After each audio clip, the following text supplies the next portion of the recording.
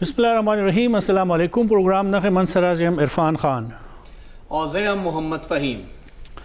تیرو پروګرامونو په شان دي. نن زمونږ پروګرام هم څلور موضوعات باندې مشتمل دی. اول خبره مونږه کو د کرونا وایرس د حواله سره چې د هغې په معیشت باندې څه اثرات دي په دنیا کې، د لاک ډاون کم کنسپټ او کومه تجربه او هغه څومره حد پورې کامیاب شوې ده، او آیا راتلونکي وختونو کې لانګ ټرمز کې دغه د لاک ډاون کنسپټ مونږ ته څومره نقصان رسولی شي او څومره مونږه دغه مرض نه دغه وایرس نه محفوظ ساتلی شي. په دې اړه باندې به خبرې کوو ماهر معاشیات سره چې د اکانومي باندې زمونږ څه اثر پرېوځي، زمونږ بیهیویر کردار هغې کې زمونږ یو بل نه سماجي فاصلې لرېوالی هغه باندې موږ څومره عمل درآمد کوو. اولنی پروګرام په برخه کې موږ دغه خبرې کوو. د پروګرام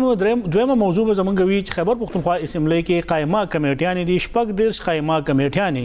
دا وخت 15 میاشتې وشوې چې ختمې شوي دي، غیر فعال دي، او د اسمبلی په تاریخ کې دغه یو نوی باب رقم شوی دی، په هغې کې اضافه شوې ده چې په اول ځل باندې دومره وخته پورې دغه کمیټیانې نشته. چې کمیټیانې نشته نو د محکمو نه د هغې د کارکردګۍ متعلق تپوسونه به څوک کوي. د پروګرام په دریمه برخه کې موږ ذکر کوو چې کوم پرایم منسټر عمران خان صاحب اعلان کړی د چینی کمیشن رپورټ، هغه رپورټ وایي چې تیار شوی دی او سبا له به هغه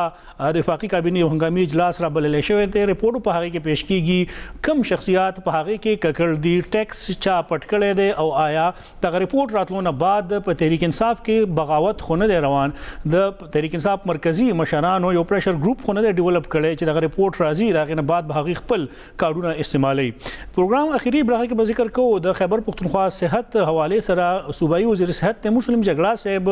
د خپلې محکمې د کارکردګۍ نه خوشحاله نه دی. یو بین الاقوامي ادارې ته هغه انټرویو کې دا خبره کړې ده چې صحت په محکمه کې داسې تکړه کسان نشته چې هغه د کرونا وایرس حوالې سره د هغې مقابله کړی وی، ځکه هغې دغه خدمات د محکمې خزانې یا نور یو فارم خدمات حاصل کړي دي. په دا اړه باندې به خبرې کوو. فهیم صاحب، موږ چې کوم د معیشت ذکر کوو یا د هغې اثراتو ذکر کوو د کرونا وایرس حوالې سره، موږ سره دا وخت کې ماهر معاشیات او د برطانیې په یونیورسټي اف ایسٹ انګلیا کې پروفیسر دی ډاکټر شهریار بنوري صاحب موږ سره اسکایپ باندې موجود دی. غواړم چې پروګرام شروعات آغاز هم د هغه نه وکړو. ڈاکٹر شهریار صاحب، یہ جو لاک ڈاؤن کا کنسیپٹ ہے پوری دنیا پر پاکستان میں لانگ ٹرم میں، یہ بتائیے کہ اس کے معیشت پر کیا اثرات مرتب ہو رہے ہیں، کتنا ہمیں نقصان ہو سکتا ہے، کتنا ہمیں فائدہ ہو سکتا ہے اس چیز کا؟ دیکھیے، معیشت پہ تو بہت گہرا نقصان ہے. لوگ ابھی بھی ایسٹیمیٹ کر رہے ہیں کہ یہ ریسیشن کی طرف ہم جا رہے ہیں، بلکہ ریسیشن آ چکا ہے پوری دنیا میں. تو یہ صرف پاکستان کی بات نہیں ہے، یہ پوری دنیا میں یہ سب کچھ، مطلب جس طرح 2 مہینے جو ہے نا وہ پاز بٹن دبا دیا ہے معیشت پہ، تو اس کی وجہ سے بہت سارے پرابلمز ابھی ہونے شروع بھی ہو گئے ہیں اور بھی آگے اور آ بھی رہے ہیں. اور گورنمنٹ جو ہے وہ کوشش یہی کر رہی ہے کہ اپنے آپ کو اس سے جتنا کم اس کا اثر پڑ سکے وہ پڑے، لیکن اثر تو ضرور پڑے گا. ڈاکٹر صاحب، جو ریسیشن 2009-2010 میں آیا تھا، اگر ہم آج ایک دہائی کے بعد یہ جو حالات ہیں اس کو وہاں پہ کمپیئر کرتے ہیں تو کیا سمجھتے ہیں کتنا مختلف ہے یہ ریسیشن اس ریسیشن سے، اور ہمیں کتنا وقت درکار ہوگا دوبارہ سے معیشت کو اپنے پاؤں پہ کھڑا کرنے کے لیے؟ دیکھیے، اس کے لیے دیکھنا پڑتا ہے جہاں پہ مطلب کچھ ممالک ہیں جن میں ڈیٹا زیادہ آرام سے مل جاتا ہے، جس طرح امریکہ ہے، یہاں پہ برطانیہ میں بھی. تو ادھر جب آپ ڈیٹا دیکھتے ہیں نا تو اس سے تو کلیئر لگ رہی ہے یہ بات کہ یہ ریسیشن سے کہیں گن زیادہ خطرناک ہے سچویشن ابھی. وہ 2009 ریسیشن میں تو ویسے تو کرنچ آیا تھا اور کافی مشکل وقت ہم نے دیکھے ہیں، لیکن یہ چلتا جا رہا ہے جو امریکہ میں جس کو دا گریٹ ڈپریشن کہتے ہیں 1930s میں جو ہوا تھا، اس کی طرف یہ چلتا جا رہا ہے. اور اسی کو ہی روکنے کے لیے یہ ساری چیزیں، مطلب اسی کو ہی امپروو کرنے کے لیے یہ ساری لاک ڈاؤنس کی ایلیویشن بھی دنیا بھر میں آپ دیکھتے ہیں ابھی امپلیمنٹ ہو رہی ہے آہستہ آہستہ. ڈاکٹر صاحب اب تو یہ جو حالات چل رہے ہیں اس میں اگر ہم موازنہ کریں، کمپیریزن کریں دنیا کے دوسرے ممالک کی معیشت کے ساتھ، پاکستان کی معیشت اس طرح کی نہیں ہے، لیکن حکومتی اعداد و شمار یہاں بتا رہے ہیں کہ اس کرونا وائرس کی وجہ سے جو لاک ڈاؤن ہو رہے ہیں اور جو اس کے اثرات پڑ رہے ہیں اس سے پاکستان میں 2 کروڑ لوگ بے روزگار ہو سکتے ہیں۔ خیبر پختونخوا حکومت نے بھی اس حوالے سے ایک رپورٹ بنائی ہے، وہ بھی آپ کے ساتھ شیئر کریں گے، لیکن یہ بتائیں کہ جو اعداد و شمار کی آپ بات کر رہے ہیں، ڈیٹا کی آپ بات کر رہے ہیں، تو حکومت نے یہ تو اسٹیمیٹ لگائی ہوئے ہیں کہ 2 کروڑ لوگ اس سے متاثر ہوں گے۔ جی ایکچولی مجھے جہاں تک یہ لگتا ہے، اب میں نے لیٹسٹ فگرز اور یہ لیٹسٹ رپورٹ بھی نہیں دیکھی، بٹ یہ جو ایسٹیمیٹس ہیں موسٹ لائکلی یہ ایک انڈر ایسٹیمیٹ ہو سکتا ہے، کیونکہ یہاں کے افیکٹس، بے روزگاری کے افیکٹس بہت اسٹرانگ ہے۔ لیکن میں ایک بات اس میں یہ ضرور کروں گا کہ یہ ساری چیزیں ڈپینڈ کرتی ہیں کہ آپ کا لاک ڈاؤن کتنے ٹائم تک چلتا ہے، وائرس اوور دا سمر کس طرح ایوالو کرتا ہے، ویکسین کتنی جلدی بنتی ہے۔ تو ابھی جو ہے اس سچویشن میں بہت زیادہ انسرٹنٹی ہے، کچھ صحیح سے کہہ نہیں سکتے، لیکن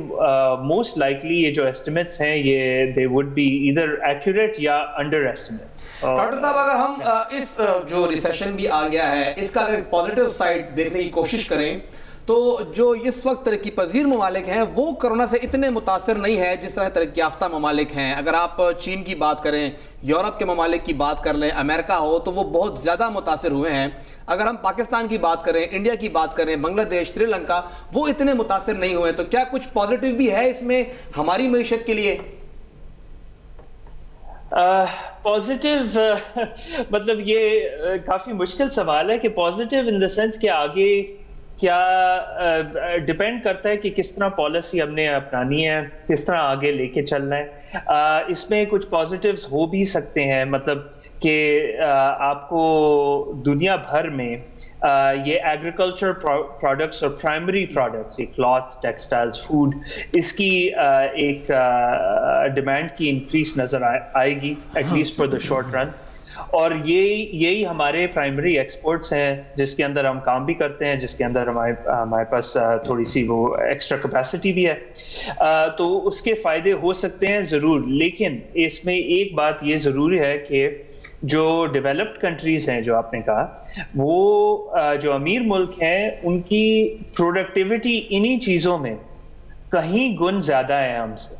ٹھیک ہے جی۔ مطلب جس طرح ایگریکلچر کے اندر وہ 1 ایکڑ زمین پہ کہیں زیادہ چیزیں اگا سکتے ہیں ہم سے اگر آپ کمپیئر کریں، تو اگر وہ چاہیں تو اپنی اکانومی کو مطلب ریویمپ کر کے وہ بہت آرام سے ہماری کوئی بھی بینیفٹ ہو اس کو نل اینڈ وائڈ کر سکتے ہیں۔ سو ان دیٹ سینس پازیٹیو ایک طریقے سے دیکھ بھی سکتے ہیں، لیکن اس میں اننونز بہت ہیں اور ابھی ارلی ڈیز ہے، کچھ کہہ نہیں سکتے۔ تو ڈاکٹر صاحب، جس ملک میں ابھی آپ رہ رہے ہیں، یہ کرونا وائرس وہاں بھی ان کے اثرات ہیں، وہ کتنا ان کی معیشت متاثر ہوئی ہیں اور ان لوگوں کی اسٹریٹجیز کیا ہیں ان کا اگر ہم پاکستان کے ساتھ کمپیریزن کر رہے ہیں تو یہ جو آپ بات کر رہے ہیں شارٹ ٹرم کی، میڈیم ٹرم اور لانگ ٹرم پالیسیز کی، کیا وہ لوگ انہوں نے اس طرح کی حکمت عملی بنائی ہوئی ہے؟ جی، یہاں پہ جس طرح آپ دیکھ رہے ہیں دونوں امریکہ بھی اور یو کے بھی دونوں لاک ڈاؤن ایزنگ کی طرف چل پڑے ہیں۔ یو کے تو پچھلے ہفتے سے انہوں نے اناؤنسمنٹ کر دی تھی اور کافی انہوں نے بیریئرز بھی ریڈیوس کر دیے ہیں، تو مطلب وہ ڈائریکشن یہی ہے، اکانومی کی طرف ہی ڈائریکشن چل رہی ہے اس کو ٹھیک کرنے کے لیے۔ مسئلہ یہ ہے کہ آپ لاک ڈاؤن کو الیویٹ کریں، لیکن اس کے ساتھ ساتھ آپ کو بہت کلیئر گائیڈ لائنز دینی ہے لوگوں کو کہ آپ نے آگے کیسے چلنا ہے، کیونکہ یہ وائرس ختم نہیں ہوا جی۔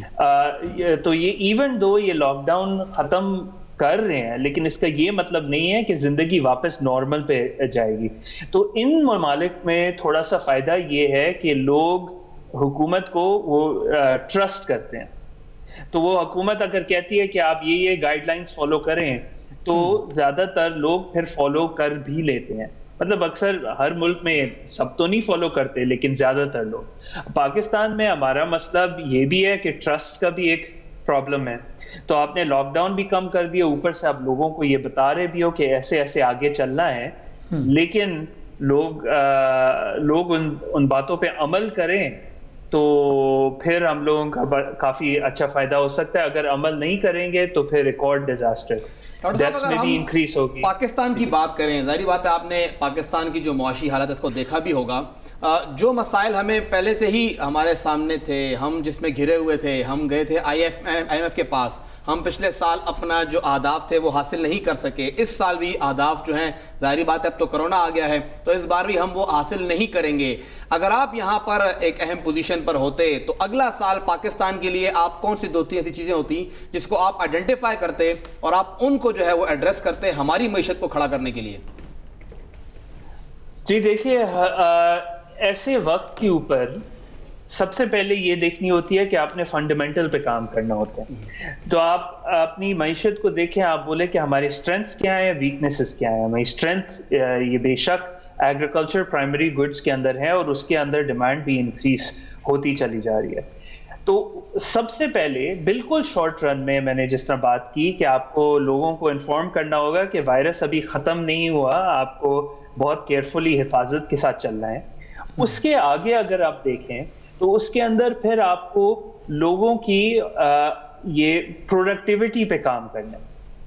اور وہ پروڈکٹیوٹی پہ صرف یہ ایجوکیشنل انویسٹمنٹ کے تھرو ہو سکتا ہے، فیمیل لیبر فورس پارٹیسپیشن کے تھرو ہو سکتا ہے، کیونکہ ہم نے بہت سالوں سے ہم یہ ویکنیسز میں چلتے آ رہے ہیں. ہمارا ٹرسٹ کا ڈیفیسٹ بھی چلتا آ رہا ہے. ہماری فیمیل لیبر فورس پارٹیسپیشن دنیا میں ساؤتھ ایشیا میں سب سے کم ہے. اور اگر آپ دوسرے یہ اکانومسٹ سے بات کریں، جس طرح مشفق مبارک صاحب ہیں بنگلہ دیش میں، وہ اسی بات پہ پوائنٹ کرتے ہیں کہ بنگلہ دیش ہم سے کہیں گنا آگے نکلا ہے تو صرف اور صرف فیمیل لیبر فورس پارٹیسپیشن کے اوپر، اس بلبوتے کے اوپر. اس میں گارمنٹ انڈسٹری ان کے اوپر بڑھی تو ان کی پروڈکٹیوٹی بھی انکریز ہوئی. اس کے ساتھ ساتھ یہ پروفیسر عاصم خواجہ صاحب ہیں ہارورڈ کے، انہوں نے بھی یہی بات کی ہے کہ پروڈکٹیوٹی پہ کام کرنا ہے. ایجوکیشن کے اوپر تو ہم انٹرونشنز کر رہے ہیں، لیکن یونیورسل ایجوکیشن پہ کام کرنا ہے، فیمیل ایجوکیشن پہ کام کرنا ہے. انہی فنڈامنٹلز کے بغیر ہم نہیں چل سکتے، ہم کمپیٹ کر ہی نہیں سکتے دنیا میں. ڈاکٹر آپ نے بات کی خواتین کی پارٹیسپیشن کی ایز اے ورک فورس، تو جو ابھی حال ہی میں اس سال کے شروع میں آئی ایم ایف کی رپورٹ آئی تھی، اس میں تو پاکستان کو اگر ساؤتھ ایشیا کی بات کی جائے سب سے زیادہ ہم نے ہی خواتین کو ایز اے ورک فورس جو ہے انٹروڈیوس کیا تھا، ایون بنگلہ دیش سے بھی زیادہ، کہ صرف وہ 1 سال کی رپورٹ تھی. کیا سمجھتے ہیں کہ اس لیبر کو اب استعمال بھی کرنا ہے، صرف لیبر کو لانا نہیں ہے؟ تو پاکستان کے اوپر جو مختلف سینکشنز لگے ہوئے ہیں FATF کی وجہ سے بھی، تو اگر ہم یہاں پہ ایک چیز تیار کر بھی لیتے ہیں تو آپ کو لگتا ہے کہ یہ ہمارے پاس ایک موقع ہو سکتا ہے کہ ہم ان باہر کے ممالک کے ساتھ اپنے تعلقات بہتر کر کے اپنی ایکسپورٹس کو جو ہے اس کو ایز اے ایڈوانٹیج استعمال کر سکیں؟ بالکل جی، بالکل ایبسلیوٹلی رائٹ. کیونکہ ان سم سینس ہم لوگوں کی ایگریکلچر میں یہ ایک وہ نمبرز یہی دکھاتے ہیں کہ سیلف سفیشنسی تو ہے، مطلب ہم اتنا ایگریکلچر میں فوڈ پروڈیوس کرتے ہیں کہ ہم خود کھا سکتے ہیں، وچ از دا فرسٹ تھنگ، نمبر 1. نمبر 2، اس کے بیونڈ جو ہم پروڈیوس کرتے ہیں وہ ایکسپورٹ کے لیے ہوتا ہے. اب وہ ایکسپورٹ کی جو ہے ڈیمانڈ بھی ابھی انکریز ہونے والی ہے. شارٹ رن میں تو ویری کلیئر ہے کہ ڈیولپ کنٹریز سے بھی کافی ڈیمانڈ انکریز ہونے کو آ رہی ہے. پرائمری گڈس کے اندر یہ واپس ایک ریٹرن آنے والا ہے. تو اس کے اوپر کیپٹلائز کرنے کے لیے اب دیکھیں نا، اگر آپ فیکٹری چلا رہے ہیں، اس کے اندر آپ کے پاس 50 ورکرز ہیں اور ڈیمانڈ جو ہے وہ ڈبل ہو جاتی ہے، تو آپ کو لازمی بات ہے نئے ورکرز لانے ہوں گے. اور ہماری جو لیبر فورس پارٹیسپیشن، فیمیل لیبر فورس، لاسٹ نمبرز جو میں نے دیکھے تھے 25%، بنگلہ دیش کی از another ان کی 40%. جی، تو ہم we are well below that cut. ڈاکٹر شہریار صاحب، یہ جو آپ کی سجیشنز ہیں، یہ جو آپ کی ریکمنڈیشنز ہیں جس پہ آپ بہت کام کر رہے ہیں، پاکستان جیسے ممالک میں جہاں پر ہر وقت پولیٹیکل انسٹیبلٹی ہوتی ہے، گورنمنٹ سبسڈی کا اعلان کرتی ہیں، اس میں بھی کرپشن اور نئے نئے روز اسکینڈلز آتے رہتے ہیں، تو یہ جو آپ کی سجیشنز، جو آپ کی ریکمنڈیشنز ہیں، پاکستان جیسے ملک میں آپ کیا سمجھتے ہیں کہ کتنے فیصد تک اس پہ عمل درآمد ہو سکتا ہے؟ جی آپ نے بہت ضروری بات کی ہے، ایکچولی بہت امپورٹنٹ بات کی ہے. یہ آپ بات کر رہے ہیں، مطلب ایک تو چیز ہوتی ہے آئیڈیا کی، اور یہ آئیڈیا میں نے بول دیا، لیکن آپ نے جو بات کی ہے وہ بہت گہری بات ہے، وچ از امپلیمنٹیشن کی بات ہے. کہ اگر کرپشن ہو رہی ہے تو آپ چاہے جتنے بھی اچھے آئیڈیا لے آئیں، باہر سے لے آئیں، لیکن اگر آپ کی امپلیمنٹیشن میں خامی ہے تو اس میں پرابلمز ہیں. اور آپ یہ بات تو بالکل صحیح ہے، لیکن اس کے اندر ایک چیز یہ بھی ہے ساتھ ساتھ میں کہ ہمارے ہاں جو ہے ٹیلنٹ بھی ہے ایٹ دا سیم ٹائم، اور اس کو جو ہے اس کو ہارنیس کرنے کے لیے ہمارے جو انسٹیٹیوشنز ہیں وہ ابھی ویک. تو اس کو جو ٹیلنٹ کو جو بند ہوا ہے جو پاکستان میں ہے، اور میں نے خود دیکھا ہے، میں پاکستان میں مطلب میں ریسرچ بھی کرتا ہوں، میں لوگوں کے ساتھ کام بھی، پروفیسرز کے ساتھ کام بھی کرتا ہوں. تو سب سے پہلے میرے ویو کے اندر یا آپ کے ریسرچ اینڈ ڈیولپمنٹ میں کام کرنا ہے. اگر آپ دیکھیں کہ جس بھی ملک میں یہ ان کا نام دیا ہوا ہے، ٹرم دیا ہوا ہے گرین ریولیوشن، گرین ریولیوشن ہوئی جس کے اندر ایگریکلچرل پروڈکٹیوٹی بہت انکریز ہوئی. وہ ہوئی کیونکہ ریسرچ اینڈ ڈیولپمنٹ ہوئی، یونیورسٹیز کے تھرو ہوئی، لوکل ریسرچرز وہ کر رہے تھے. اور یونیورسٹی میں جو ریسرچ ہوتی ہے، مطلب ٹیچنگ کے علاوہ جو ریسرچ ہوتی ہے، اس میں صرف اور صرف سوسائٹی کا فائدہ ہے. اور وہ جو ایک بات ہے وہ اس کے اوپر ہم فوکس نہیں کرتے، کافی پیچھے رہ گئے ہیں. آپ بنگلہ دیش سے کمپیئر کر لیں، انڈیا سے تو خیر بہت ہی ہم پیچھے ہیں، بٹ ایون نیپال سے. تو اس انسٹیٹیوشنز کے اوپر بھی ہم کو بہت کام کرنا ہے. اینڈ دین ون فائنل تھنگ آئی ول آلسو سے از کہ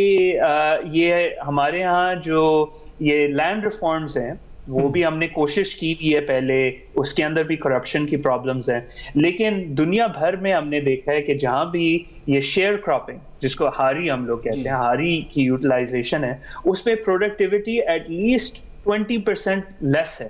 مطلب آپ اپنی زمین پہ 20% زیادہ کام کرتے ہیں ایز اپوز ٹو کسی اور کی زمین. اور یہ جو ہے ہم نے ماس اسکیل کے اوپر اگر یہ ہم ریلیز کر دیں یہ جو پرابلمس ہے، شیئر کراپنگ کو ایلیگل کر رہے ہیں فار ایگزامپل، تو اس میں ہم بہت امپروو کر سکتے ہیں. لیکن اگین کرپشن، یہ امپلیمنٹیشن is always a problem. ڈاکٹر صاحب آخری سوال کرنا چاہوں گا، جو یہ حالات ہیں اس میں جس طرح ہم نے دیکھا کہ جو بڑے بڑے ممالک تھے G10 G20 کی طرف وہ لوگ چلے گئے، وہ مضبوط پوزیشن میں ہیں. آپ کو لگ رہا ہے کہ ان حالات کا فائدہ اٹھانے کے جو کہ ڈیولپمنٹ کنٹریز کی گروپس بنے تھے وہ کچھ سیریس نظر آ رہے ہیں کہ وہ معاشی طور پر ان حالات کا فائدہ اٹھا سکیں؟ یہ بھی بڑا مشکل سوال ہے. اور ابھی کیونکہ دیکھیں نا، پوری دنیا کی جو اکانومی ہے، دنیا کی معاشی حالات وہ بالکل فنڈامنٹلی چینج ہو رہے ہیں، ہماری نظروں کے سامنے چینج ہو رہے ہیں. اور ہماری تھیریز وغیرہ بھی ہیں جو ہم نے ساری جو اپلائی کرتے ہیں، وہ بھی ایک پرانے اکنامک سسٹم کے اوپر اپلائی کرتے ہیں. تو اب جو سچویشن ایسی چلتی آ رہی ہے وہ یہ ہے کہ ہمیں جو ہے اپنی پالیسیز خود بنانی ہوں گی، کیونکہ جو سچویشن ہے وہ کانسٹنٹلی ان فلکس ہے. ہمیں وی ہیو ٹو سی کہ ہمارے کیا وہ جس کو کہتے ہیں ایڈوانٹیجز ہیں، اور ہمیں اپنے ایڈوانٹیجز کے اوپر لے کے چلنا ہوگا. اور اس کے لیے دوسرے ملک کی پالیسیز بورو کرنا از انفارچونیٹلی ناٹ پاسبل. اینڈ آئی تھنک یہ کرونا وائرس نے ہمیں ایک بڑا مشکل ایک لیسن جو میں لیتا ہوں، وہ جو مشکل لیسن ہے جو ہمیں سکھایا ہے، وہ یہ کہ آپ دوسروں کی پالیسیز اپنے اوپر اتنے آرام سے نہیں استعمال کر سکتے. لاک ڈاؤن کی بالکل یہی پرابلم. جی بہت بہت شکریہ ڈاکٹر شہریار بنوری صاحب اپنی رائے موقف دینے کا. خبر ہے کہ دادی عہدے کے دیکھیے فہم سے بوس زمنگ چونکہ کم کرائسس نمنگ تیری گو آگے کہ دا خبر روانہ دا شی زمنگ بجٹ روان دے بیا منگ ہمیشہ دا خبر کو چی بجٹ منگ فیکٹس فگر سے کم دی نو آغا بنیاد باندے نہ جوڑو اب دا ذہن نہ پاگے کہ فگر واچو IMF منگ تسوئی دا حقی پشرایاتو باندے باندې کوو دا تاسو بیا وګورئ چې بجلو په بلونو کې باقي څومره اضافه کیږي او څومره پرسنټ هغه انفلیشن ریټ 13% سیوا شو په یو کال کې ختلو. بهرحال دا خبرې دي چې بیا زمونږ په پالیسیانو جوړولو کې موږ آزاد نه یو نو هغه الټیمیټلی بیا اثر زمونږ په اکانو باندې راځي. فهم صاحب د می طرف ته زو بیا به خبره کوم چې قائمه کمیټیانې څه شي دی او دا غي کار سره ولا شان دماغ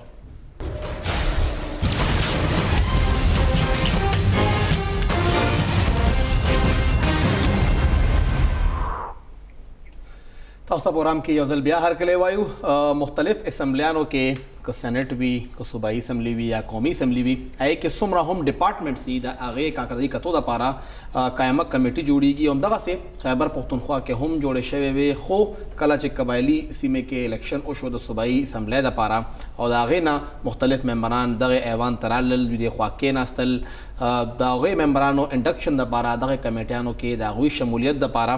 په 15 فروری باندې ټولې کمیټې تحلیل کړې شوې او دا وې چې موږ به نورې کمیټې جوړو خو تر اوسه پورې نورې کمیټې جوړې نه شوې. عرفان صاحب تقریبا 4 میاشتې داري برابرېږي لګیا دي او تاسو ظاهري خبره ده ډېر ټایم نه دغه ایوان کور کوی لګیا هم تاریخ کې شوي دي چې د بغیر قایمه کمیټې ارس روان دي قایمه کمیټې نشته دی څوک تپوس والا نشته د ډپارټمنټ نه د منسټر نه چې آخر هغوی کوي څه لګیا دي. کوم څه بنیادی خبره ده چې کله دا حکومت په وجود کې راغی یعنی کله 15 جولای کال 2013 انتخابات وشو او بیا په 13 اگست یا په هغه باندې کال 2000 هغه کې دغه سوګند د سوکو پورته شو او بیا کله اسمبلی اجلاس راوبل شو نو یو خداو چې د بجټ چونکې هغه مسلې وینو هغه پیښ شو په هغه ټیم کې هغه کې لږ تاخير وشو او زه به وایم چې د قائمه کمیټیانو چې په شروع کې هغه کم کار پکارونو هغه د 4-5 میاشتو وقفه نه بعد شو چې سټانډینګ کمیټیانو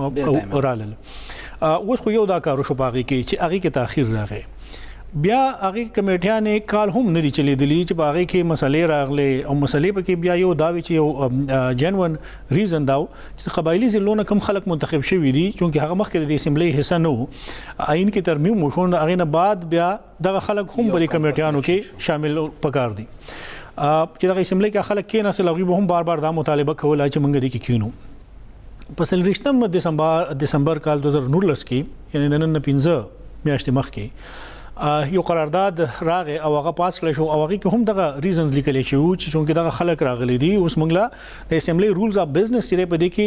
چینجز کول پکار دي. نو اسمبلی رولز اف بزنس کم چې تیار شوی دی په 1988 کې نو یو 13 کال بعد یعنی 31 سال بعد په ولنی ځل په هغه کې دغه ترامیم مخه تراوړل شو. ترامیم دا وکړل شو چې هغه خلک هم موږ په دې کې شامل کو خو نو دین مخکې دا اعتراض او دا مسله د حکومت او د اپوزیشن ذکر اعلی چې کله د عوامي نېشنل پارټي سره تعلق لرونکي خوشدل خان صاحب د زراعت قائمه کمیټې چیرمن جوړ کړ شو او بیا څه بغیر وجه نه 2 ورځې بعد دا غي نوټیفیکیشن واپس واغستل شو نه سپیکر صاحب د خپل اختیاراتو استعمال وکړو په هغه ډېر هنګامه جوړ شو او دغه اپوزیشن غلې لاړو هاي کورټ او د هاي کورټ کې هغه خلاف سټي آرډر واغستو او هاي کورټ هغه ته ریلیف ورکو او سپیکر صاحب دغه احکامات جاری شو چې دا په خپل دغه کمیټې چیرمن وي هغه بحال پاتې شي خو بیا هم چې څنګه دلته زمونږه ټیکس استعماليږي جی بالکل او سیاسي مسلې وي خوشدل خان صاحب ډیر زیات تنقید کوو په اسمبلی کې بناستو او غوښتل غوښتل چې تاسو د یو کمیټې چیرمن کو هغه خبره ونه شوله هغه ونه منل شوله بیا بار دغه ذکر راتلو چې اپوزیشن به هم بار مطالبه کوله د قبایلی ضلع خلکو هم مطالبه کوله چې تاسو مونږ هم د کمیټیانو کې شامل کړئ. د اسمبلی چې کوم 13 سیشنو په دسمبر کې شروع شو نومبر دسمبر کې شروع شو هغه کې د اپوزیشن لیډر اکرم خان درانی صاحب او د سپیکر ترمنځ برای راست ډېر تاوتریخواله ډېر خبرې شوې حکومت یا سپیکر هغه الزام لګی چې سنازیب الفاظ ما حق لبان استعمال شوی جانبدار خو خیر وړو کې هغه دومره مسله نه خو نور نازیب الفاظ چې هغه مونږ نه شو دلته کوم الفاظ هغه نه د انا مسله جوړه شو اپوزیشن بیا غوی اکرم خان درانی صاحب سپیکر صاحب موږ نه معافي غواړي سپیکر صاحب دا یو ضد ونیو چې اپوزیشن به مال راځي معنا معافي غواړي پاغه کې داغه نه بعد د اسمبلی وطن هلس ورځ اجلاس وشو او مسلسل به د احتجاج موږ کېدو چې داغه اس موږ ته اوټپوټ نو بیا به هغه یو خبر رااله چې حکومت فیصله وکړه چې موږ اپوزیشن ته لک سبق ورکول د لپاره دا کار کوو چې موږ رولز اف بزنس کې هم چینجز راولو ترمیم راولو او دا غي سره به یو دا کارو چې ټوله کمیټیانې موږ تحلیل کو او دا غي کې به نوې کمیټیانې موږ جوړ کو 15 میاشتې وشوې یعنی 24 دسمبر نه بعد بیا په 30 دسمبر باندې دا نوټیفیکیشن هم شوی دی دا دومره ټایم وشو هغه قائمه کمیټیانې جوړې نه شوې شپږ دیرش کمیټیانې دي د هر ډپارټمنټ متعلق هغه کمیټي د هغې یو چیرمین د هغې ممبرز وي چې څه داسې مسله راځي څه د هغوی کارونه وي هغه نه کیږي هغه مسله دا کمیټې ته ریفر شي او بیا د هغې اجلاس راوغوښتلی شي په هغې کې د هغې خبرې تپوسونه کیږي دا د اسمبلی دغه پارلماني تاریخ کې په اول ځل باندې دا کیږي چې 15 میاشتو نه دغه قائمه کمیټیانې غیر فعال دي یعنی دومره غیر سنجیدګي مظاهره ده بیا په ټول شیزونو باندې اپوزیشن هم خاموشي اختیار کړې ده هغه هم غږ نه کوي کمیټیانو کې فهیم صاحب بیا په کوم کمیټې کې ټولو ښه اتفاق راځي هغه د استحقاق کمیټي استحقاق کمیټي هغه ته وایي چې تاسو د چا په کمیټي دا متعلق یو استحقاق کمیټي او یو اکاونټس کمیټي ولې چې اکاونټس ټول کال رواني دا دوه سکیل هغه یو خبر هم دار راځي د پبلک اکاونټس کمیټي کار دا دی چې هغه ته کمی اډیټ پیری راشي هغه کتابونه راشي سالانه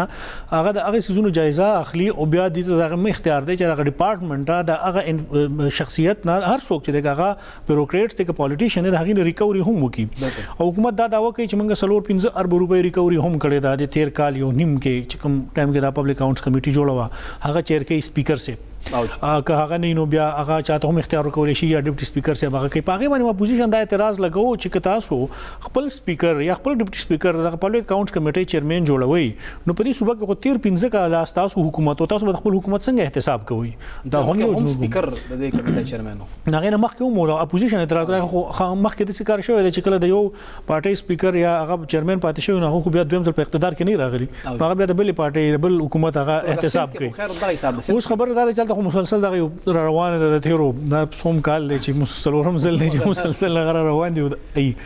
خو هغه کې فهیم صاحب دا وشو چې بیا د پبلک اکاؤنټس کمیټي کې هغه میټینګونه هم ختم شو چې د هر یو میټینګ ته بتلو اکثر ما دا کتلی چې پبلک اکاؤنٹ کمیټي میټینګ پر فضا مقام کې کیږي ځکه چې لکار زیات کوي رابط تلال شي نتیا غلې تلال شي یا بل زینو تلال شي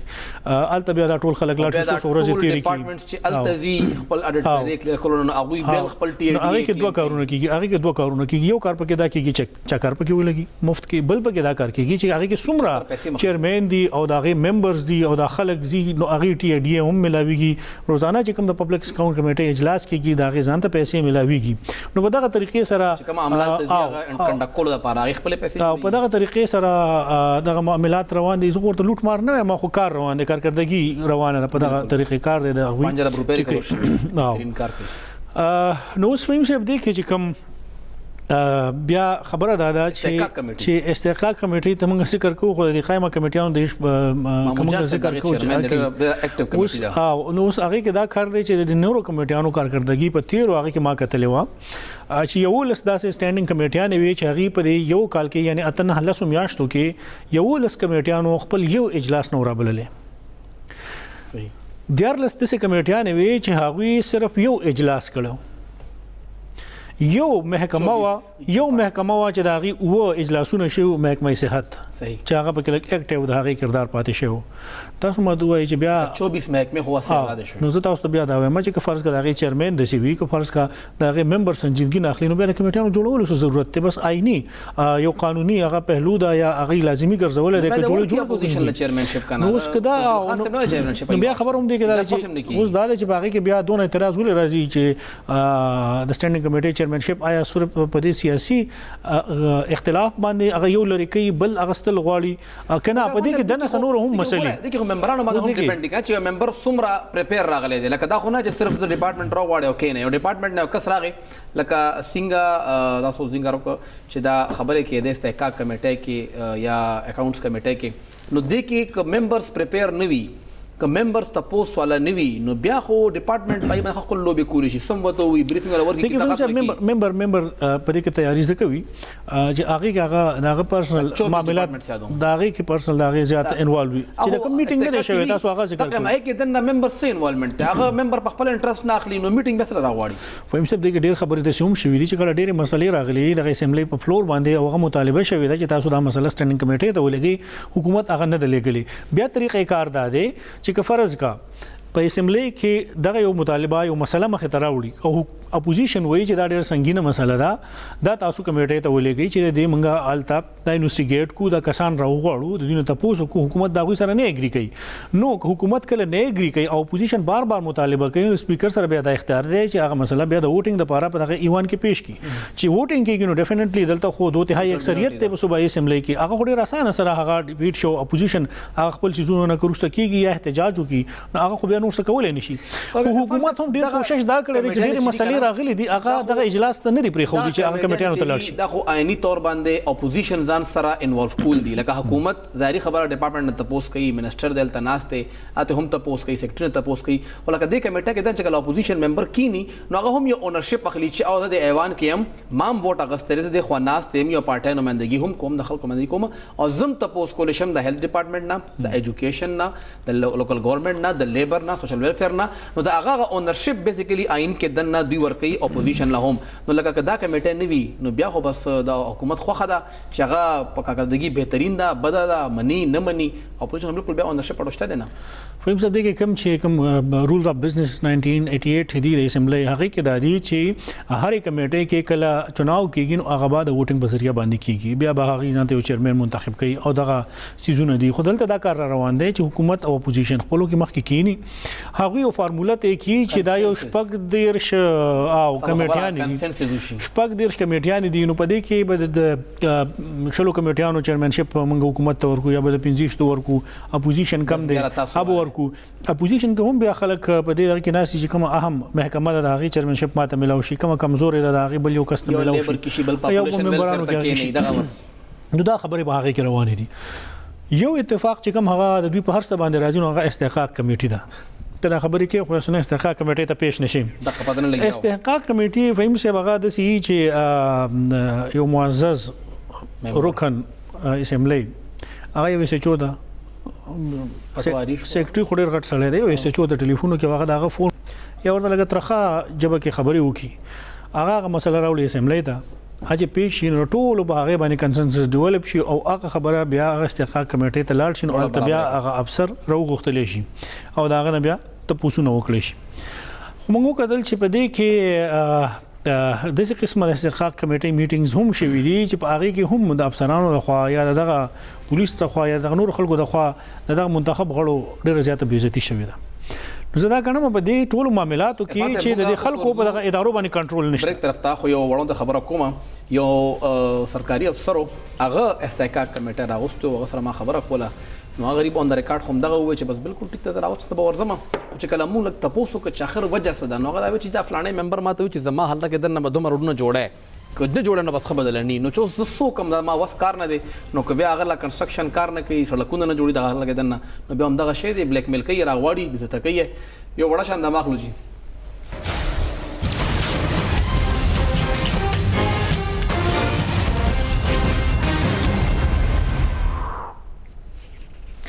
پروګرام کې یو ځل بیا هر کله فهم صاحب چې کوم د چینو او د وړو بحران او اف ای ای یو تحقیقاتي رپورټ راغله او د هغې بیا فورنزیک جایزه اخیستل کېدله او هغه رپورټ هم وایي چې تیار شوی دی 200 صفحاتو باندې مشتمل دی یا د هغې نه زیات دی په هغې کې دا خبرې کې شوي دي چې 100 کسانو ټیکس نه دی ورکړی ټیکس پټ کړی دی د اختیاراتو غلط استعمال شوی دی د جهانګیر ترین صاحب او د خسرو بختیار د رور د مونس الهي د هغوی نومونه مخې ته راغلي دي چې کله دا خبره مخې ته راغله چې دغه کمیشن سربراه واجد ضیاء صاحب به دغه رپورټ سباله وفاقي حکومت ته پرایم منسټر صاحب ته پیش کړي د هغې نه لږه شی بعد بیا د پرایم منسټر عمران خان صاحب د آرمی چیف صاحب د ډي جی ایس آی د اسد عمر صاحب یو هنګامي ملاقات وشو شیډول کې به وو خو یو اجلاس وشو د دې نه مخکې چې کله دغه الزامات راغلي په جهانګیر ترین صاحب باندې دا خبرونه مخې ته رالل چې تحریک انصاف کې دننه هم یو زلزلہ یو بونچال را روان دی او د څه کوششونه کیږي چې په وفاقي سطح باندې هغه خلک چې کوم په جازونو کې راغلي حکومت کې شامل شو هغه خلک چې کوم پنجاب نه په جازونو کې راوړل شو عثمان بزدار صاحب حمایت اعلان کړو هغه جاز جهانگیر ترین صاحب اوس دا خبرې کیږي چې دغه جاز یو ځل بیا هغه په تیارو کې دی اطلاعات مخې ته راغلي چې خلکو هم رابطې کړي دي اوس چې کله خبر مخې ته راغی په میډیا باندې چې سبا به رپورټ پیش کیږي د هغې نه سم 10 بعد پرایم منسټر صاحب د دې خلکو میټینګ وشو آیا سټریټیجیز هغه هم دې طرف نه تیاریږي آیا د مخالف طرف نه یا چې باغی کې چې نمونه لړۍ مخې ته راغلي دي دغه رپورټ به څومره موثر وي او آیا په تحریک انصاف کې دننه چې کوم خبرونه راځي واقعي سدسي غټه سیاسي تبدیلی کړه روانه ده څه اشاره ملاوي شوې دي کنا بس هم صرف یو رپورټ ته مخې ته براشي څه خلک به صفا کړي شي په سو باندې الزام ولګي او معاملې به لیدې پوکی او خبره به ختم شي. عرفان صاحب خبر سره چې زمونږ ملک یو زرعي ملک دی ظاهري خبره ده او مزارات ډېر زیات اهم رول دی په دې کې هغه مونږ نشو اګنور کولی په حکومت جوړولو کې هم د هغوی ډېر اهم کردار و هغه وخت چې څه کېدل نو کې جهانګیر ترین صاحب حوالې سره ویلي کېږي ته ویلي هم دي چې تاسو یو د پل کردار ادا کړو چې کله دھرنا کېده اسلام آباد لاک ډاون کېده چې سم کېدل نو اسټابلیشمنټ او د پی ټی آی ترمنځ هغوی یو د پل کردار ادا کړو او امکان خو دغه و چې دا واحد پول دی خو هغه وایي چې نه زمانه بغیر نور لارې هم شته چې هغوی د دواړو ترمنځ یو کانټیکټ ساتلی دی یا رابطه جوړې زه پته خبره نه ده هغه وایي که ما څوک ټرسټ کوي دواړه سایډ نه نو ښه خبره ده تا چې څنګه ذکر وکړه چې څه خلک دې کې صفا کېدی شي جهانګیر ترین صاحب لکه عمران خان صاحب ډېر زیات نږدې ملګری دی که تاسو وګورئ نواز شریف والا چې کوم سکور سټل کېده هغه هم جهانګیر ترین سره سټل شو هغوی نااهله شو هغوی نااهله اسمبلی نه بارک لګي نن به هغه آلموسټ ډپټي پرایم منسټر دی وخت کې دومره مضبوط به هغه دی وخت کې ناست خو هغه مخې سره سایډ تک عمران خان صاحب له فل پاور ورکړل چې هغه یوازې راشي بیا د پوره یو کال کې هغه مکمل طور باندې حاوی و او چې کوم زراعت زمونږ څومره هم شعبه وه که هغه په پنجاب کې وه که په خیبر پښتونخوا کې وه یا پوره ملک دپاره وه د هغې ټاسک فورس مشري هم هغوی سره وه خو خیر زه مشر نه وم څه نوټیفیکیشن نشته دی خو خوښه د هغوی وه هغه به هر ځای ته چې کوم منتخب خلک وو چا ووټ اغوستی و هغه به یو نااهله کس ته جواب ورکو چې څنګه تاسو وایي هغه به ټیک کېږي دغه په لاس کې دلته په وزیر اعلی سیکرټریټ کې چې کومه منصوبه شوې وه چې وفاقي حکومت به هغه د چرګانو هغه راغلي وو بیا د کټو مسله راغلی وه نو په دې وزیر اعلی هاوس کې میټینګ شوی او صوبایي حکومت هغه کس ته بیا باقاعده پوره یو بریفینګ ورکړی او په دغه عقل باندې او بیا که تاسو ته یاد شي نو هغې تصویرونه هم په میډیا باندې راغلي پوره هغه کړي نو هغه اهمیت اندازه دلته صوبایي حکومت ته هم وه چې که فرض کا دغه خبره موږ نه منو او یا خفه کوو نو بیا خو زموږ سره معامله نور هم زموږ خرابېږي هر یو شیز د هغه کس په لاس کې و اوس هغه شیز لږ انفلوئنس کمولو دپاره کېدی شي دا یو شیز شوي چې ډېر زیات دا کس په عمران خان باندې انفلوئنشل کېږي لګیا دی خان پخپله هم پکار چې فیصله وکړي صرف دا یو کس په لاس کې او دومره غټ بجټ اربونو روپو بجټ د خیبر پښتونخوا هغه خواته لاړه او بیا د فیډرل ګورنمنټ د 200 ارب روپۍ صرف دې دپاره خودی شوي دي پنجاب خیبر پښتونخوا بیا فیډرل دپاره چې په زراعت کې ولګي ډېر غټ اماونټ دا ایله ورکړی کېږي دغه رپورټ زه نه ګڼم چې جهانګیر ترین صاحب به بالکل سایډ لاین شي هغه به بیا هم عمران خان سره وي لږ خفګان به راځي خو حکومت به هغه قلم نه غورځوي دا شیز هغه دا چانس نشي اخیستی ولې که عمران خان سره حکومت کې هغه ته کوم ځای مقام ملو دی هغه ته په بل پارټۍ کې نشي ملاوېدی که هغه نواز شریف راځي یا پی ایل این راځي پیپل پارټي هغې سره بلا شي کسان نور دي ای سره بلا شي کسان نور کوم مقام چې شیخ صاحب ته پیپلز پارټي کې ملاو شو هغه مقام ته په تحریک انصاف کې ملاو شو دغه پارټي کې ځای شته دوست عاشق اخوان صاحب بي ته چې کوم مقام په پیپلز پارټي کې ملاو شو هغه مقام ته په تحریک انصاف کې ملاو شو بابر اخوان صاحب ته چې کوم مقام ته ملاو هغه ته په تحریک انصاف کې ملاو شو هغه ځای خلکو ته د خوازه ملاوي دي شي دې ځای خلکو الته ځای نشته هغه پارټیانو کې د جهانګیر ترین نه زیات غټ کسان موجود دي لیډرز موجود دي هغه ول تشته دي دې پارټۍ کې لږه کمزوري ده چې خپل کسان نشته لري ځکه د بار نه کسان امپورټ کوي او بیا هغه مخې ته راوړي تاسو پرون چې کوم وفاقي وزیر پېټرولیم دی دغه انټرویو هم کتلی وي هغه وایي زموږ کابینټ کې هغه کسان نه چې زم نه پېژني دا څوک دي چېرته نه راغلي دي دوی خو بیگ راوړی دی او بیگ بوچت کې واپس به لاړ شي او زه اکثر له خان ته په خپله هم وایم چې دا کسان ته راغوستي دي معاون خصوصي دي مشیران دي لږ دوی ته ووایه چې دا خپل اساسي مخې ته راوړي ولې چې مونږ خو ووټ اخیستی دی زه خو به ځم خلکو له به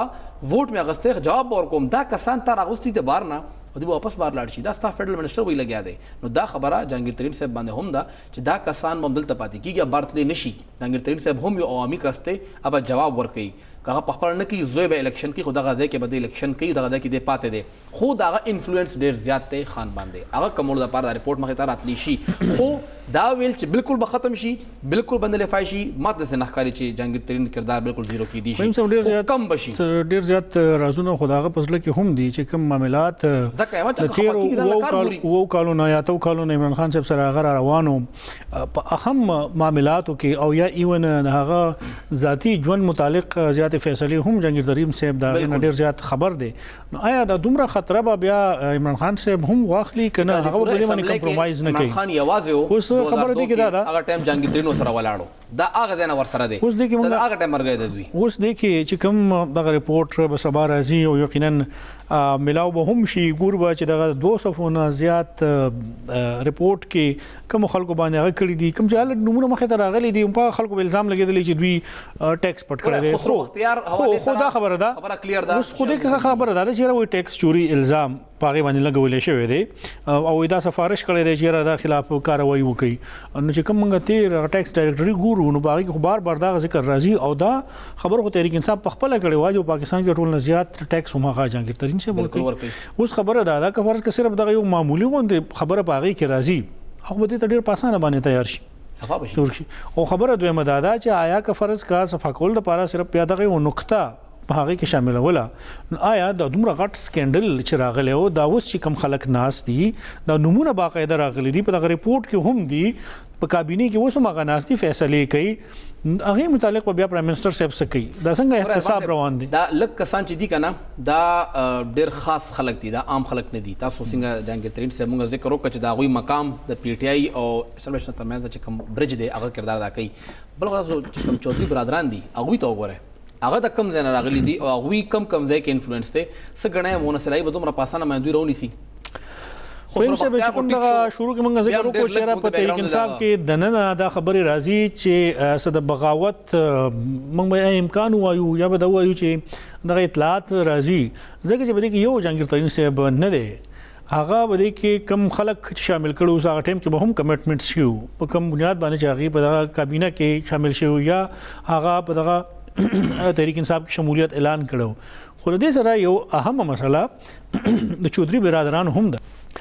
یا که فرض کا هغه کسان هغه خلک بعد دینه ماینس شوی کنه خو په دې نظر باندې زه ګورم نو چې کوم ذکر وکړه ملاقات چې کوم دا ملاقات په دې نظر ته په دې ګورم چې دا اصل کې دغه ملاقات او کوم چې خبر مخه تراغه خو او چې د کورونا حواله سره و دا جایزه غسلو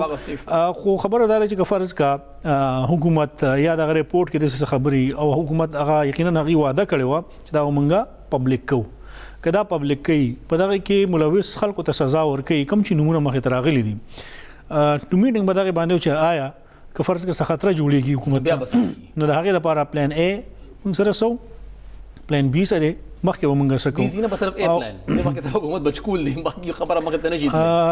فهم سبب وفاقي هغه کې به زما په خیال چې دومره زر هغه نه کې غزياته مسله د پنجاب ځکه مخې ته روانه ده چې چودھری برادران الته یو واضح پیغام اطلاعات راځي چې هغه ورکړی دی دا شیخ کای چې دا سباله فیصله کیږي میم صاحب بل سیګمنټ طرف ته خو وښه شوی دی ودمي او د ماخلو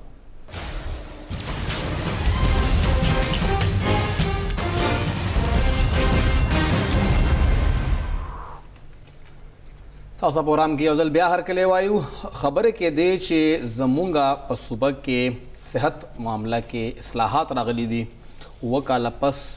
مونږه چرته ولاړیو د وخت کې داغه چې کوم خبره داغه بل څوک نه زمونږه د صوبې صحت وزیر په خپل کې لګیا دی وکالو کې مونږ حاصل کړی دي او مونږ چرته رالو هغه صرف په یو جمله کې برابر ده چې صحت محکمه کې د څه کسان نشته چې هغوی ډیټا انالایز کی یا هغوی کارو کی ځکه مجبورن مونږه یو غیر ملکی فند چې کوم اداره ده هغه راغسته ده هغه کسان هم کېنولي دي فاینانس ډپارټمنټ کې او هغوی هیلث ډپارټمنټ د پاره ډیټا انالایز کوي د کرونا متاثرینو حواله سره عرفان صاحب د اداره کې زمونږه وزیر خزانه صاحب مخکې هم کار کړی دی ایسا سټ پاتې شوی دی بین الاقوامي اداره ده او نو دی وو کالو کې مونږ خپل چې کوم سټانډرډ د هیلث ډپارټمنټ هغه د خورا واست چې نن د مونږ خپل منسٹر پاسي او هغه دا وی لګیا دی چې دوی نه کار نه کیږي ځکه مونږ بار نه کسان راوستي دي او دوی کار کولی شي ماته دی وي مونږ بوله کار ورکو د وو کالو تاسو به مونږ د چا نه کوو دوا خبر دی فهم صاحب دی کې یو خبر خدا راځي چې آیا منسٹر صاحب کم قسم کار کم طریقې سره کار کول غواړي د هیلث ډپارټمنټ کار چې نو هغه د هغه په معیار باندې پوره نه دی بیا چې هیلث ډپارټمنټ څنګه قسم سره کار کوي او د هغوی یو شروع طریقې کار را روان دی یا په داسې قسم حالاتو کې نو هغه منسٹر صاحب خوښ نه دی که زه دا خبرو کوم چې دلته د دې نه مخکې کوم حکومتونه تیر شوي او یا تیر طریق انصاف حکومت څومره کرایسز راغلي وو په هغه ټایم کې هم دغه ادارې وې څه نورې ادارې به ورسره هم جوړې شوې خو دا معاملات به دغه شانتې روان وو دا انتظامي امور به چلېدل بیا که فرض کا د منسٹر صاحب تیمور جګړه صاحب دا خبره کوي چې مونږ ځکه یو فارم خدمات حاصل کړي دي چې زمونږ هیلث نظام ټیک نه دی یا دلته څوک داسې کسان ناس نه دي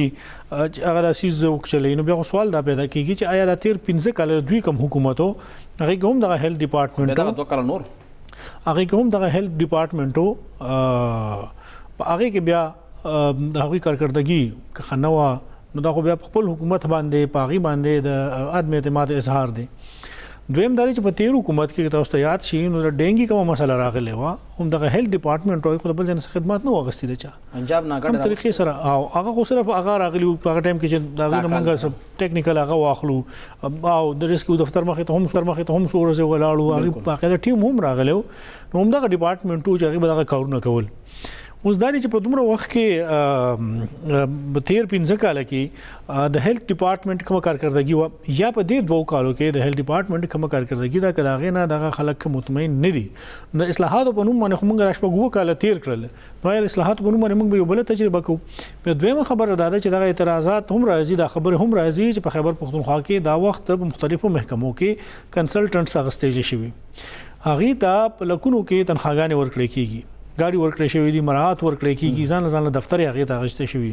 او دا یو ډېره مهمه نقطه را روانه چې په هغې کې د خاص کر سرکاري خلکو په هغې باندې ډېر زیات اعتراض را روان دی اعتراض په دې خبره دی چې دا سیستم موږ چلو یا روان دی کومې طریقې سره روان دی یا تحریک انصاف تیر 15 کالو کې هم څنګه روانو نه بهر نه دغه شانتي خلک نه واغستلی شوي بیا په دې خبره کې څه داسې لاجک دی چې آیا دغه یو فارم چې دی د هغې سره د هرې محکمې د هرې مسلې هغه کنسلټنټس هم شته هغې سره د هغوی حل هم شته اصل کې هغه فارم په خپله منسوب صاحب کتلی یو خبر تاسو وکړم اوس دا وایي چې ډیټا کم کمپایلیشن کېږي کوم اعداد و شمار راکېږي دې کې څه کس اوس د ډسټرکټس نه د ضلعو نه چې کومه دا ډیټا راځي هغه دغه فارم کسان نه کوي او په ډسټرکټ کې ناس ډیپټي کمشنر کوي یا د هیلث کوم خلک چې ناس هغې هغه ډیټا راشي بیا دلته هیلث ډپارټمنټ ته راشي اوس چې هیلث ډپارټمنټ ته الریډي دغه ډیټا راشي اوس موږ سره هغې کوم روزانه بنیادونو باندې شیر کوي چې دومره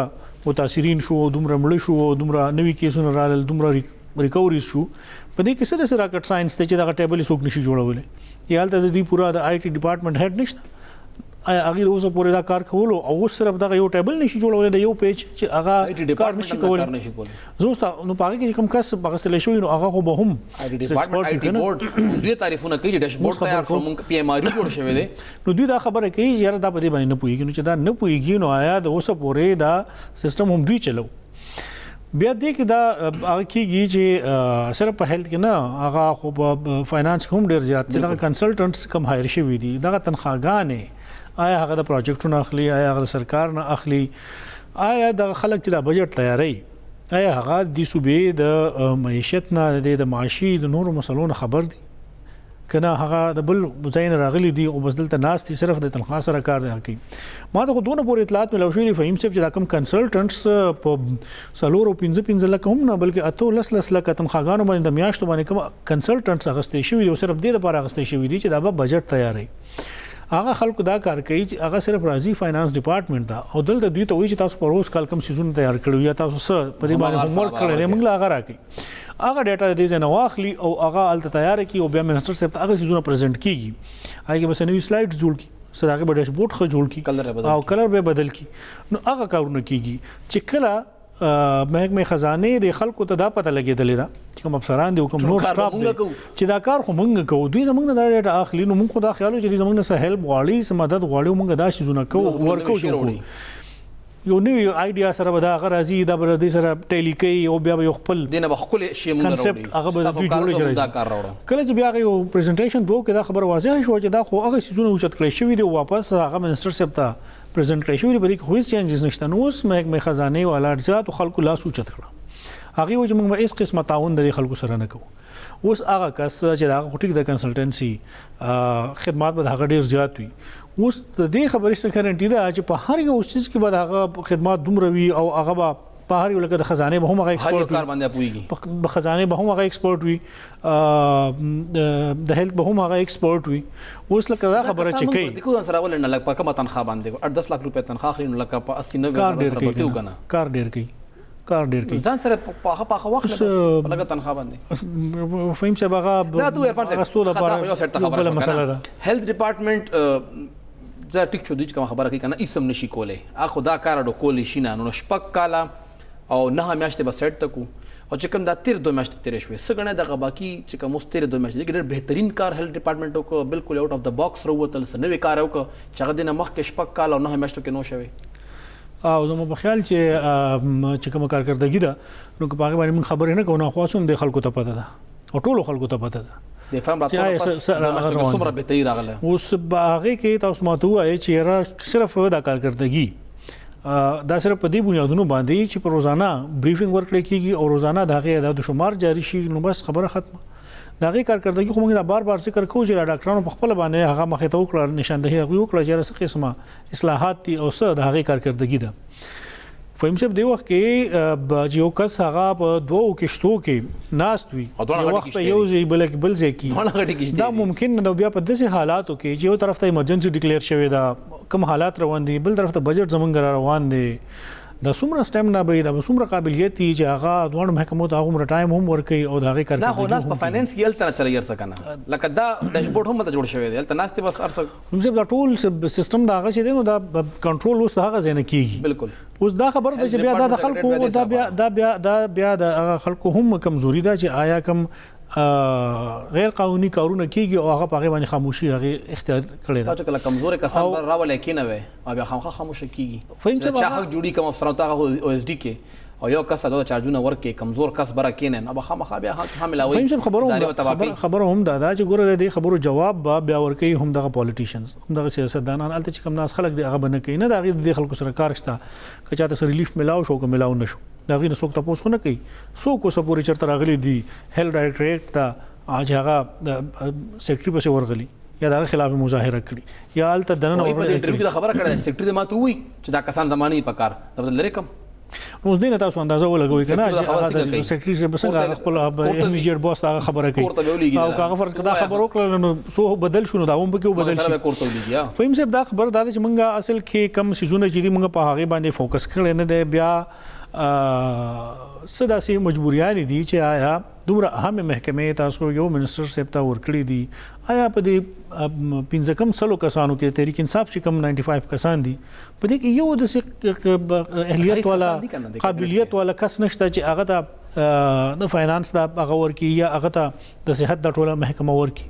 او بیا دا خبره په بار ذکر کوو چې فرض کړه خبره کیږي چې په هیلث کې دومره تکړه کسان نشته نو آیا دا دوه کال هم د دوی حکومتو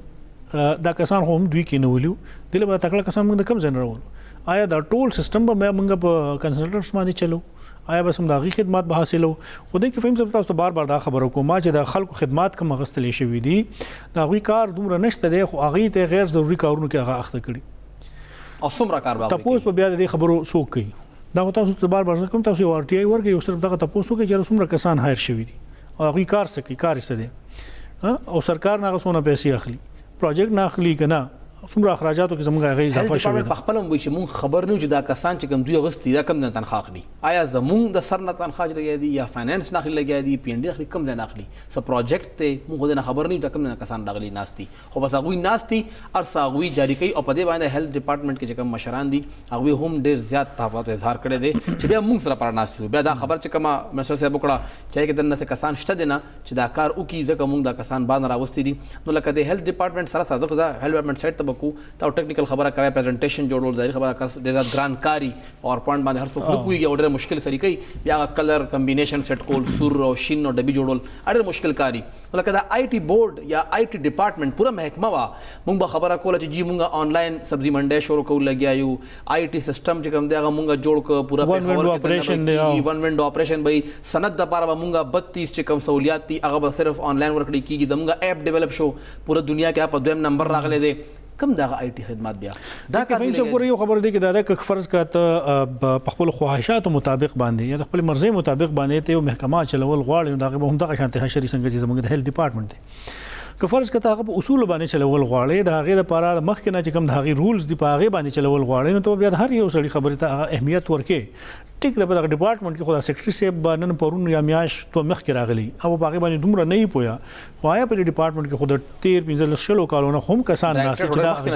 دا ډایریکټریټ چې دی نو آیا هغه خو ځان ته یو سیستم جوړ کړی دی دا په ډیسټریکټ کې چې کوم سیستم دوی جوړ کړی دی دا ټول ډیټا راځي هغه د ډینګي مسله وا دا نورې مسلې وي نو آیا دا سیستم خو دوی اوس نه جوړ کړی خو ډېر مخکې روان دی او په هغه باندې کی هغه چا جوړ کړو آیا هغه دوی جوړ کړو خبره ده چې کوم حقیقت دی تیار کړی دی آیا هغه ډیشبورډ د کار نه دی حقیقت فهیم صاحب حقیقت خبر هغه دا چې کوم سیستم دی پاغه باندې ک بیا فرض کړه دغه شانتي ګوتی اوچتی کی چې دا ټیک نه دی ومنګه دا کنسلټنټ سایر کو یا دا به دا ټیک کی دا یقینا اسه د پیسې زیاده صحیح مانو کې دا خلک دی وو کال کې ہوم کنسلټنټ تیر دور کې مغز فهیم صاحب دا یو میاش تو درول برغلی تمخاګانی بواخلی او بس بیا بلال شي څوک به پنجابي څوک به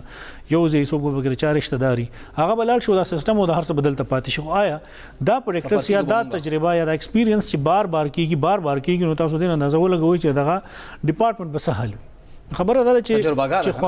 خواهشات موږ خپل مرزي هغه یو طرف ته کیدو او چې کوم ګراوند ریالټیز دی هغه خبر هم دغه دا تجربهګا جوړه شوې ده نه خو مونږ د الارټ نه تپوس کولی شو چې اخل تا کې دومره مړی ولی وشو دا هغه د ډاکټرانو ولې استعفا ورکړي لګیا دي هغوی ته سامان ولې نه ملاوي لګیا دي او دا اوس زموږ خپل منسټر صاحب دا وایي چې زموږ ډپارټمنټ دومره کیپیبل نه دی نو بیا که خدای مکا 15 کاله پس هغه هم دا ډپارټمنټ په خپل خپل نو دري څنګه چې 15 کالو کې دیونه درو ځکه دا وایي کړ نو بیا په تپوس سو کوي دا کنسلټنټ چې کوم د لکونو کروڑونو روپے تنخواګانو کې به اخلي دا غي تپوس بیا سو کوي تپوس هم ته نشي کولای که تپوس کوي نو بیا تاسو پته چې کوم زمونږه سوشل میډیا باندې چې کومل تا واريرز ناشتي هغه موږ سره کوي پروګرام وخت پر ستا عرفان صاحب جهاد غواړو جی محمد فهیم او عرفان خان لا اجازه ورکه د الله پامان